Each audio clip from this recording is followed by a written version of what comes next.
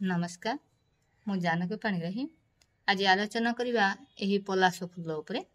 ये फूल को आम समस्त जाने आर सुगंध किसी ना कि देखा बहुत सुंदर लगी थे। देखिले मन खुशी होते गचर जो फुटी थाए से समस्त आग्रह कर फूल को देखापी। आर बासन थे कौन है ये औषध गुण भरी रही। प्रथमे आमर होली खेल यही पलाश फूल को ही व्यवहार करा सुखई गुंड कर फूल द्वारा ही विशेष भाव में होली खेल होता। कहीं ना यही फूल आपण को स्किन डिजीज पे अमृत परी काम करी थाए। रामबाण सदृश काम करी थाए। सोराइसिस रे आपण लाभ मिली थाए। आपण विभिन्न प्रकार जादू काछु कुंडिया रे यही फूल आपण को विशेष लाभ मिली थाए। विशेष ये फूल को एमती कह जाए हरि आ हर दुई जन को पूजा कर फूल। तेणु शिवरात्र रे भी पूजा कर दल पूर्णिमा समय भी यही फूल पूजा कर यही फूल केवल 2 मास ही मिली थाए।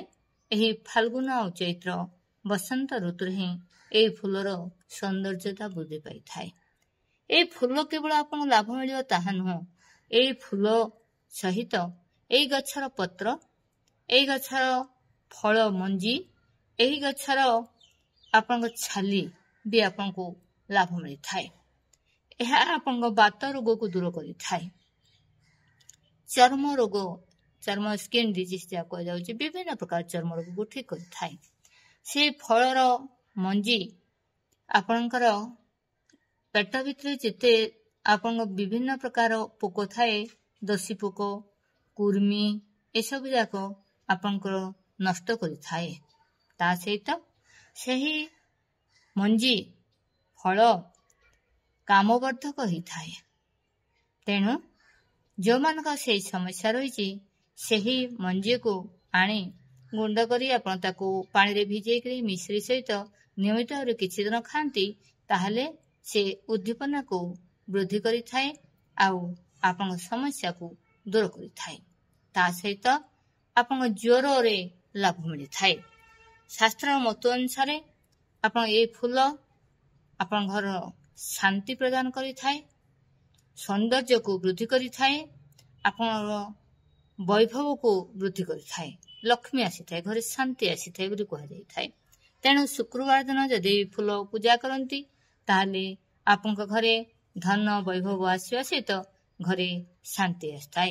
ये फूल बाटिकी जदि मुहरे लगाती ताले मुहर सौंदर्य वृद्धि पाई थाए। ये फूल बाटिबे ता सहित टिके हलदी गुंड पकेबे टिके महू पकेबे तापर आपण जदि लगाती आपण शरीर रे ताहले आपण सौंदर्य को वृद्धि करी थाए आपण शरीर चमक आए। आपण 15-20 मिनिट रहिबे तापर ठंडा पानी सहित आपण गाधेबा उचित।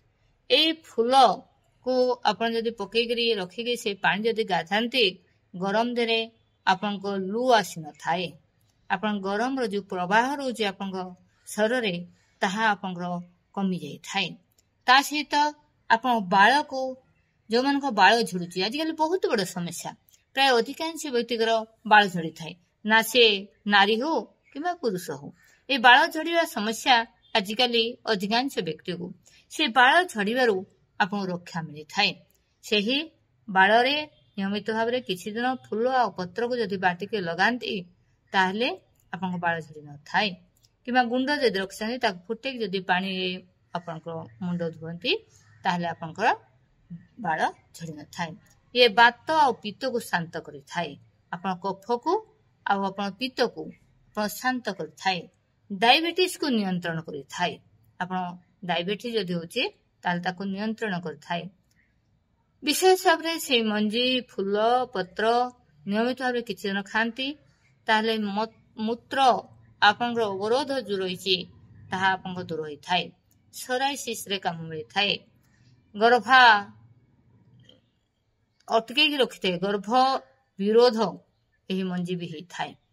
आपणकर गर्भ रही देही न थाए जदि अधिका छुआ होची आगरे ପୂର୍ବ କାଳରେ ଅପରେସନ ନଥିଲା ସେମାନେ ସବୁ ଏହି ମଞ୍ଜିକୁ ବାଟିକି ଦଉଥିଲେ ଗର୍ଭ ନିରୋଧ ପାଇଁ।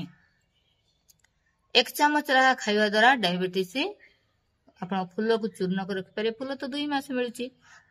ଏଇ ଫୁଲକୁ ଆପଣ ଶୁଖେଇକି ଗୁଣ୍ଡ କରି ରଖିଥିବେ। ସେଇ ଚୂର୍ଣ୍ଣ ଯଦି 1 ଚାମଚ ଲେଖା ନିୟମିତ କିଛି ଦିନ ଖାଆନ୍ତି ତାହେଲେ ଆପଣଙ୍କ ଡାଇବେଟିସ୍ ଲାଭ ମିଳିଥାଏ। ଆପଣଙ୍କର ଦେଖନ୍ତୁ କେତେ ଆପଣଙ୍କୁ ଲାଭ ମିଳୁଛି। ଆପଣ ମଧୁମେହରେ ଲାଭ ମିଳୁଛି, ଲିଭର ପାଇଁ ଲାଭକାରୀ, ଡାଇରିଆକୁ ଆପଣଙ୍କୁ ଅଟକେଇ ଥାଏ, ୟୋନି ସଂକ୍ରମଣ ଏବଂ ମୂତ୍ର ଆପଣଙ୍କ ସଂକ୍ରମଣରେ ଆପଣଙ୍କୁ ଲାଭ ମିଳିଥାଏ। ଏହି ଫୁଲ ଆପଣଙ୍କ ବାତ ଆଉ ପିତ୍ତକୁ ଠିକ ରଖିଥାଏ। ତା ସହିତ ଆପଣଙ୍କର କୁଷ୍ଠ ରୋଗରେ ବି ଏହି ଫୁଲ ପତ୍ରକୁ ବାଟିକି ଲେପ ଦିଅନ୍ତି, ବାନ୍ଧି ରଖନ୍ତି, ଏହି ପାଣି ଫୁଟେଇକିରି ଲଗାନ୍ତି, ଆପଣ ଧୁଅନ୍ତି, ତାହେଲେ ବି ଆପଣଙ୍କୁ ବିଶେଷ ଲାଭ ମିଳିଥାଏ। ତାହେଲେ ଆଜି ମୁଁ ରହୁଛି ଏତିକି। ନମସ୍କାର। ଜୟ ଭାରତ, ଜୟ ହିନ୍ଦ।